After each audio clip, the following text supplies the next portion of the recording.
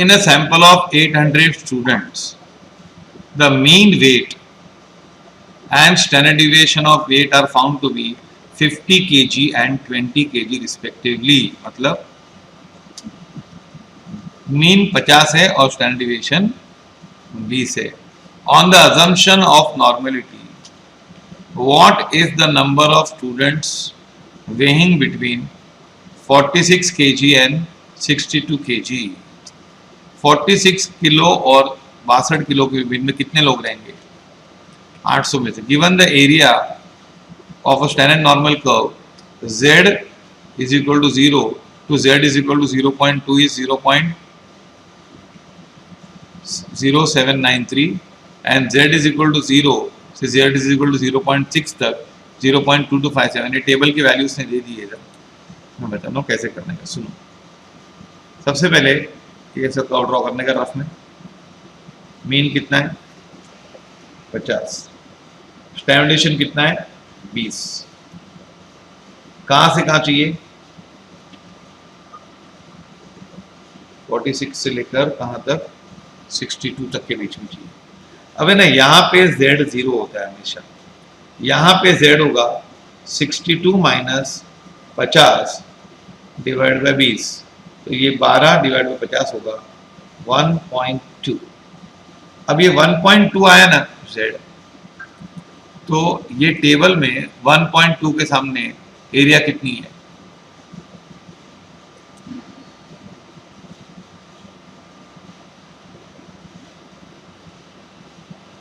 Sorry 0.6 है, 1.2 में आया. 20 है, 10 नहीं, 0.6. ये 0.6 एरिया आएगी. हाँ, 62 माइनस 50 अपॉन 20 इज 0.6. अब 0.6 के सामने एरिया कितनी दी है? इस लोग ने खुद ही टेबल नहीं बोला है, फिर करो. इस लोग ने 0.2257. अब 0.2257 है ना, यहाँ तक नहीं है, इसके बीच में है. यहाँ से 0.2257 चांस है आने की. अच्छा, यहाँ पे z क्या होगा? 46 minus 50 upon 20 that is minus 0.2. तो ये क्या होगा? 0.0793.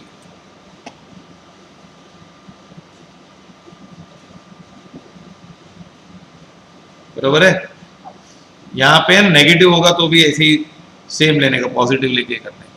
0.0793. ओके. अब है ना, प्रोबेबिलिटी कि 46 is less than x is less than 62. यहाँ से यहाँ तक 0.0793 और यहाँ से 0.22. तो ये क्या होगा?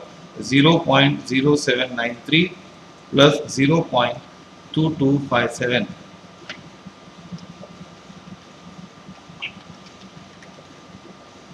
कितना होगा?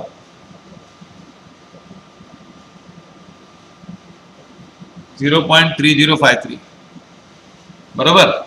अभी ना ये एक आदमी की 46 और 62 के बीच में वेट है, उसकी चांस है 0.3053. एक आदमी की वेट इसके बीच में होगी, उसकी चांस है 30%. तो एक की चांस क्या है? 0.3053. तो 800 में से कितने लोग ऐसे रहेंगे? 800 इंटू 0.3053, तो दैट इज 244.24. आंसर आएगा इसका 244. Follow this.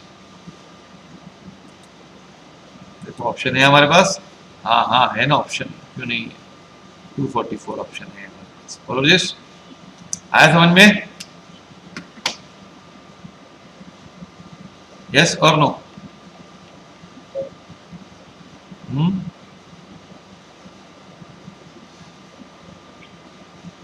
अब 9th वाला. इसमें सब टाइप के सम कवर हो गए. ऑब्जेक्टिव्स, प्रॉपर्टीज वाले सब.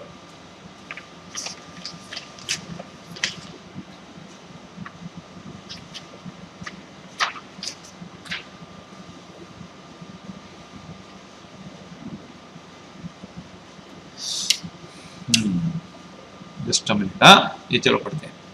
The salary of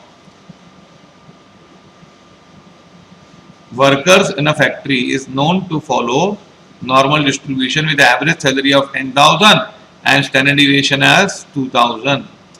If 50 worker receive salary more than 14,000, 50% लोगों को क्या होता है, 14,000 से ज्यादा सैलरी मिल रही है. Then the total number of workers in the factory are, इसको कैसे करेंगे,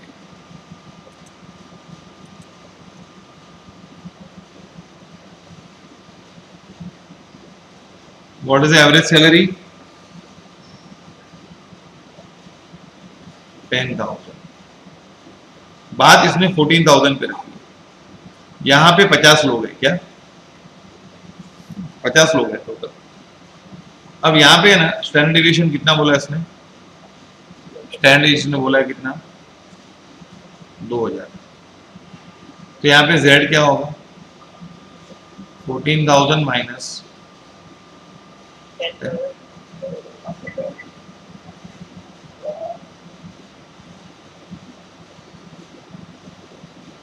2 आएगा. अब जब 2 है तो टेबल देखो, उसमें वैल्यू नहीं, 2 है ना, तो 2 के सामने वैल्यू कितनी है, 0.4772.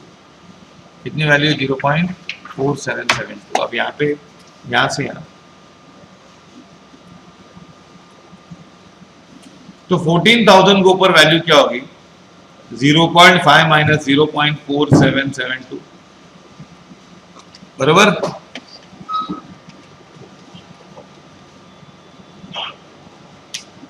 तो 0 पॉइंट क्या,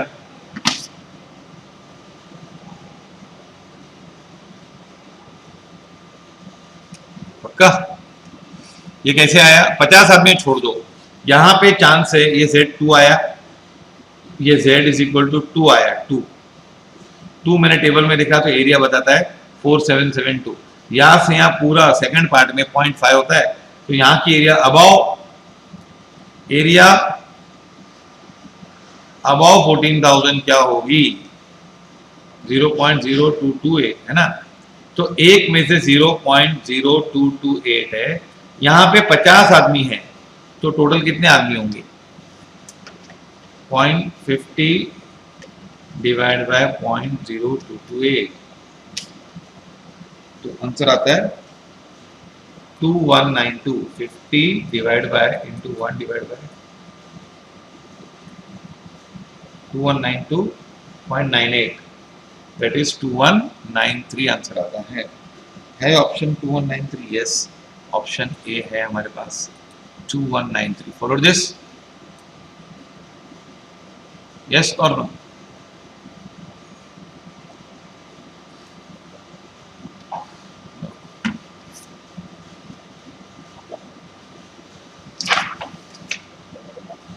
दसवां सवाल,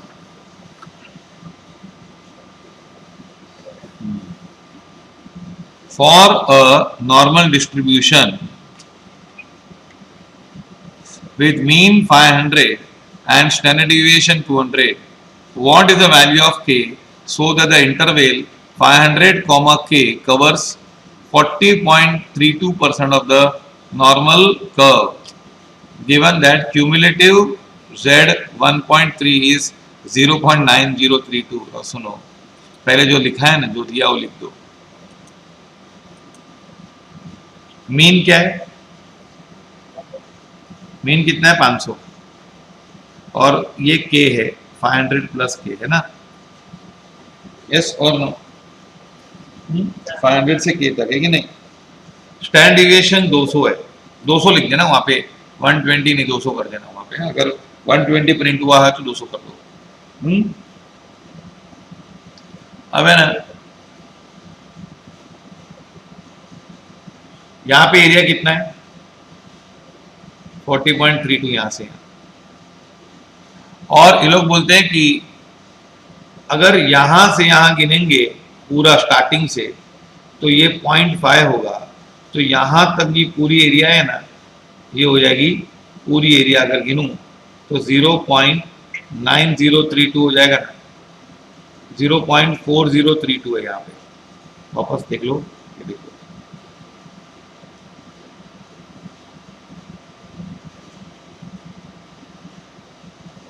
ये 0.4032 और ये क्या आएगा 0.50। तो यहां तक की एरिया 0.9032 है और यहाँ पे बोला है कि ये लिखा है ना 1.3 इज इक्वल टू 0.9032, तो इसका मतलब यहाँ पर 1.3 है, z क्या है यहाँ पे 1.32, तो 1.3 z की फॉर्मूला क्या है, z is equal to x minus mean upon standard deviation. 1.3 is equal to x minus 500 upon 200, तो 1.3 into 200 is equal to x minus 500, तो x आएगा 260 प्लस 500 दैट इज 760। और जैसे चेक करो, आया समझ में?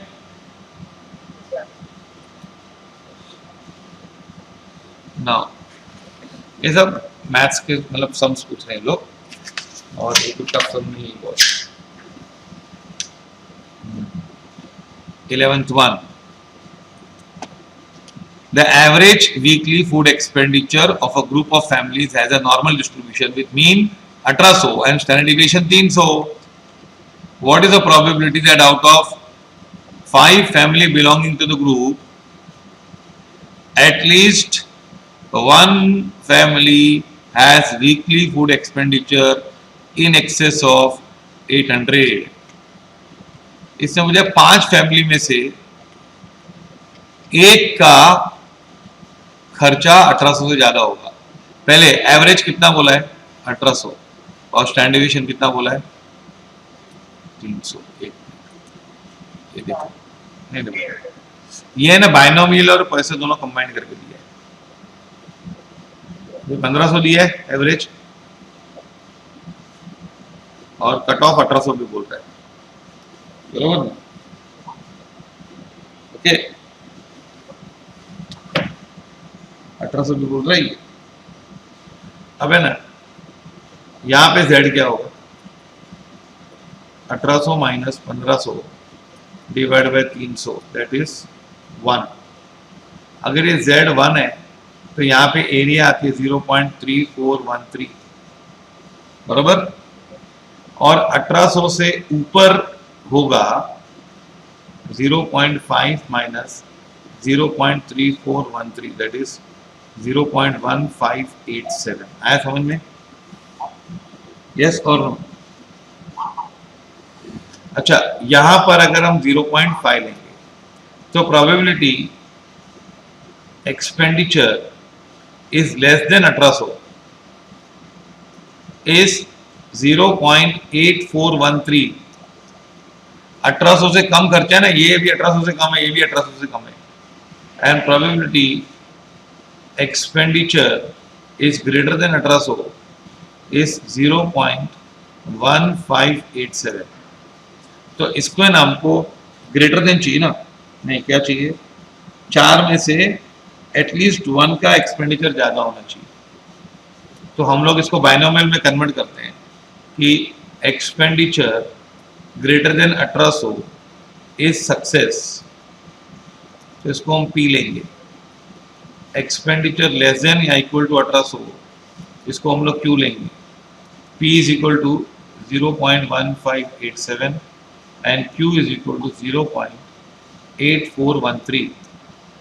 अब है ना, आपको क्या चाहिए, 5 आदमी है, 5 आदमियों से कम एक का खर्चा 1800 होना चाहिए। अब 5 आदमी है, उसमें 0 आदमी का हो सकता है कि किसी का भी 1800 से कम ज्यादा नहीं हो, एक का 1800 से ज्यादा हो, 2 का हो, 3 का हो, 4 का हो, और 5 का भी 1800 से ज्यादा हो सकता है। हमको ये सब चाहिए, ग्रेटर देन 1800 सब चाहिए। एक भी चलेगा, 2 भी चलेगा, तो ये नहीं चलेगा।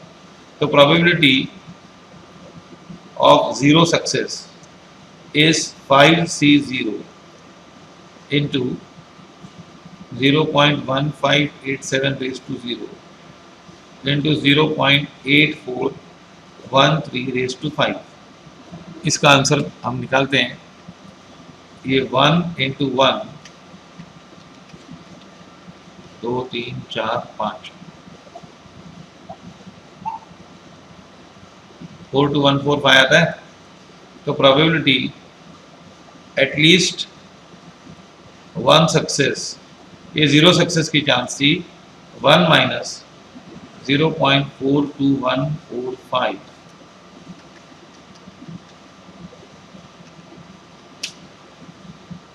क्या आंसर है? 0.578. यहाँ 58 आता है ना, 0.58 आता है. 8413 इंटू 2 3 4 5 माइनस 0.578 आता है. तो 0.58 ये लो, हमने बहुत राउंड ऑफ नहीं किया है. 0.58 option B is the answer. Follow this. ये बहुत डिफिकल्ट सम है. पहले बाइनोमियल है, पहले पॉइसन डिस्ट्रीब्यूशन है और फिर बाइनोमियल है. सॉरी, पहले नॉर्मल है फिर बाइनोमियल है. वेरी डिफिकल्ट सम.